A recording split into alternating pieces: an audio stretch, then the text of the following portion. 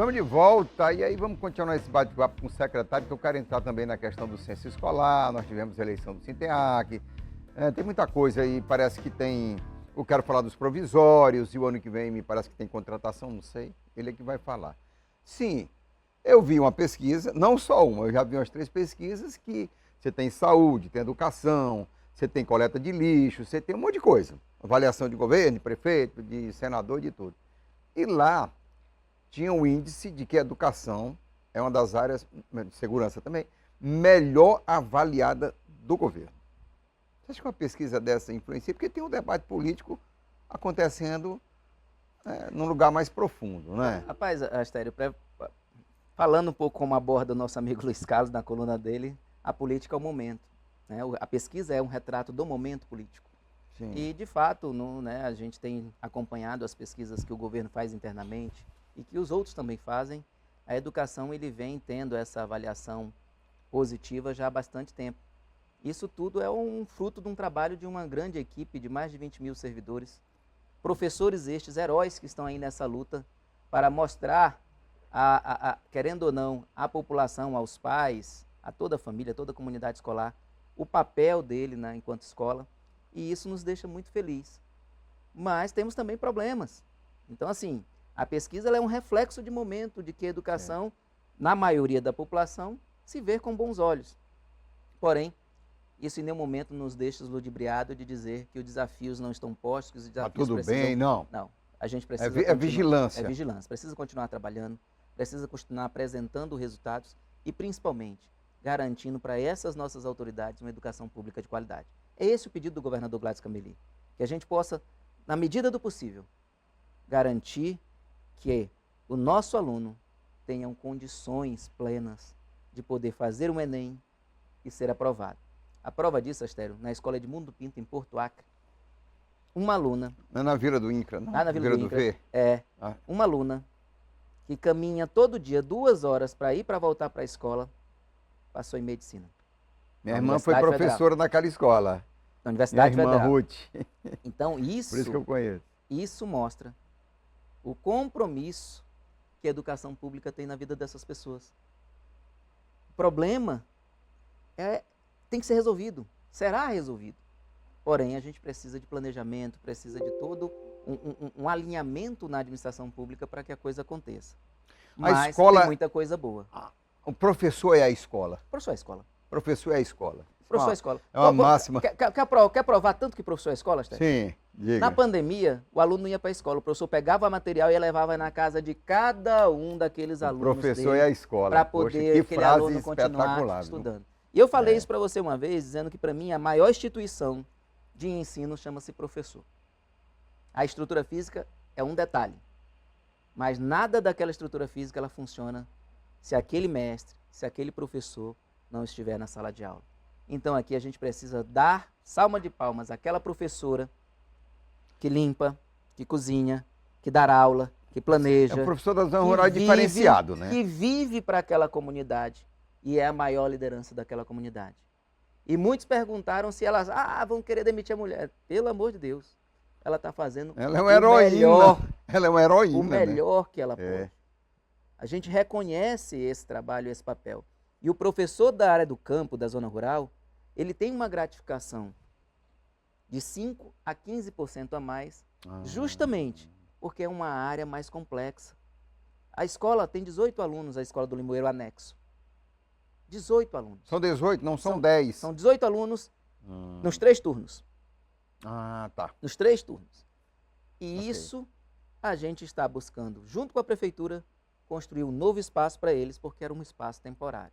Mas o problema e a responsabilidade é nossa, e a gente tem a consciência deste problema, desta responsabilidade, e tenho certeza que aqueles alunos têm a plena consciência de que a escola que está sendo construída para eles será uma nova fase na vida de cada um.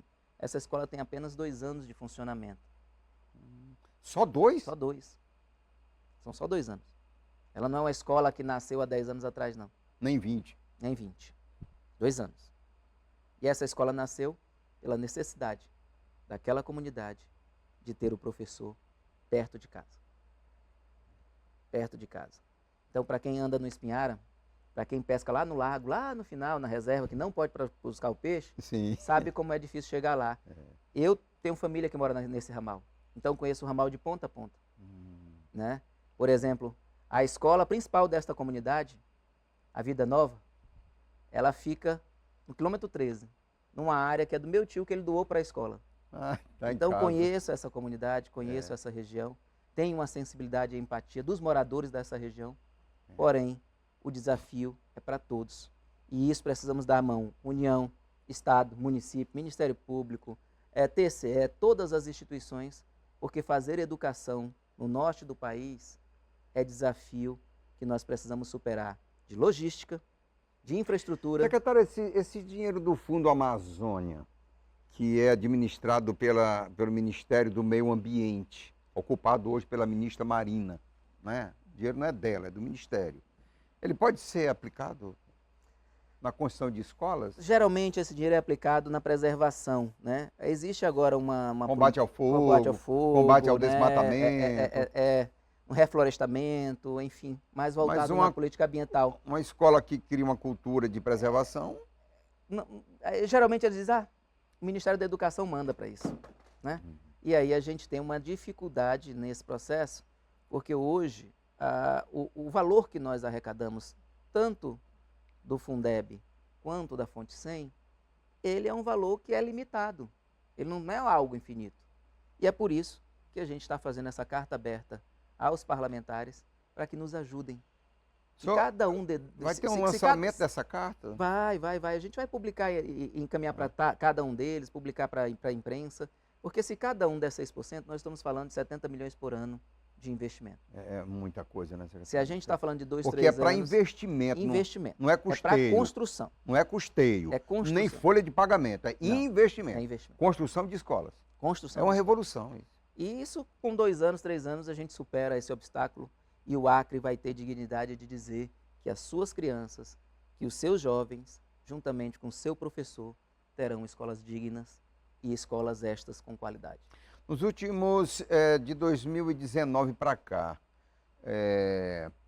no governo Gladson Cameli, né? Quantos professores e trabalhadores, operários da educação, foram contratados? Efetivo, Astério. Efetivos. Efetivo, nós estamos falando aí de mais de 1.500 profissionais. Para a zona rural? Provisório, nós estamos falando de mais de 9.000. Mais de 9.000. Provisório. O provisório é uma necessidade. É uma necessidade permanente. Esse negócio de que porque às vezes eu vejo crítica, não, mas o funcionário é provisório, o professor é provisório, o professor não é contratado. Mas o provisório está aí para cumprir. Sabe quantos efetivos eu tenho nessas áreas? Nenhum. Eu tenho menos de 5%. É menos de 5%. É o provisório que está lá. É o provisório que segura. Aquela professora lá é provisória. É mesmo, rapaz? É provisório que segura. Rapaz, a mulher é forte. Ela não é efetiva. Eu me lembrei da... E aí eu falo isso, que é porque, assim, é preciso observar que o local onde ela está alocada, aquela comunidade, a pessoa mora lá. Ela não vem para a cidade para voltar. Sim. Ela mora lá esse tempo. Então, geralmente, é um professor da própria comunidade. E esse professor, ele é um professor provisório. A comunidade que escolhe, que aponta.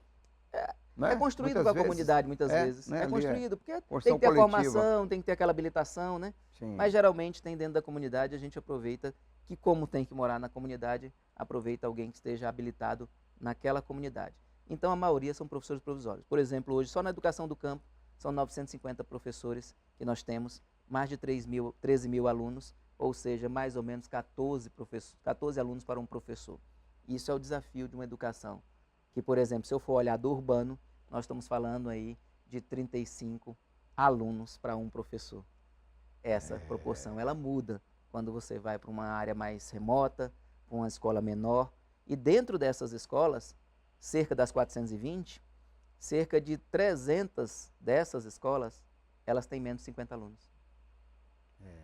São bem... consideradas, são pequenas. Então, esses são desafios. Qual é o limite da responsabilidade da Secretaria Estadual, do governo e das prefeituras? Tem um... A educação, por ser pública, Astério, é responsabilidade de todo mundo. Não tem Não essa tem limite, divisão. a gente tem que oferecer. A gente tem que Mas garantir. se fala muito, não, porque tem que ser municipalizado e tal. Por exemplo, os anos iniciais, constitucionalmente é municipalizado, mas sabemos da dificuldade que os municípios passam. Sabemos que muitas vezes, se nós É como o municipalizarmos, ramal. se nós como municipalizarmos, o município não vai ter condição. E a gente vai ter que dar sempre o suporte. Por exemplo, você não sabe, 75% do transporte do município quem faz é o governo. Não são as prefeituras Não que são dão. as prefeituras. O governo tá É o pagando. governo que oferece. E aí eu digo mais ainda. Desse 75, do valor que a gente gasta, por exemplo, de 160 milhões de transporte escolar, ano, o Ministério da Educação só manda 4 milhões. Aí é governo que entra. É o governo. Então são matemáticas e cálculos como este que a gente mostra do desafio. O Ministério tem seu desembolso, mas o PENAT só é 4 milhões. Como o PENAI só são 20, a gente gasta 100 com o prato extra. Então, há um compromisso, e eu acho que isso é o que é reflexo da pesquisa, Política de governo. onde existe uma política de governo da melhoria da qualidade da educação, onde garante a todos eles uma melhor condição no dia a dia. Se você for olhar o antes e o hoje, pode ter certeza que nós temos muita coisa boa a mostrar, muitos avanços acontecendo, e eu tenho convicção de que os resultados estão presentes, estão vindo. A prova SAEB de 2023, o Acre foi primeiro em todas as etapas do ensino na região norte. Este ano temos prova SAEB novamente. E eu tenho certeza que o resultado será ainda melhor. E o Enem está aí. O Enem está batendo. Para lembrar, dia 13, você que é aluno da rede estadual do 3º ano do ensino médio, dia 13 foi prorrogado, era dia 6, dia 13 é o limite para você validar a sua inscrição. Você já está inscrito, você que estuda a rede pública estadual, 3º ano do ensino médio. Você já está lá inscrito, só valide para você poder fazer o Enem no dia 9 e 16 de novembro, que são os dias da prova. Bom, eu quero aqui encerrar a entrevista com o secretário, teremos terceiro bloco, mas eu quero, inclusive, aqui, secretário, aproveitar para cumprimentar todos os professores e trabalhadores da educação na zona rural. Sim. Não só do Acre, sabe, mas da Amazônia, porque é um pessoal São heróis. eu conheci. Na pandemia, Conheci Socorro Frota. Na pandemia, Astério, a educação não parou por Eu esses conheci uma guerreiros. Socorro Frota, secretário, o senhor não teve a oportunidade de conhecer, ela está sepultada na Cruz Milagrosa, no cemitério. Eu conheci Socorro Frota. Professora de zona rural, mas uma gigante. É uma gigante. Obrigado. Obrigado, meu amigo. Valeu pelo Obrigado esclarecimento. pela oportunidade.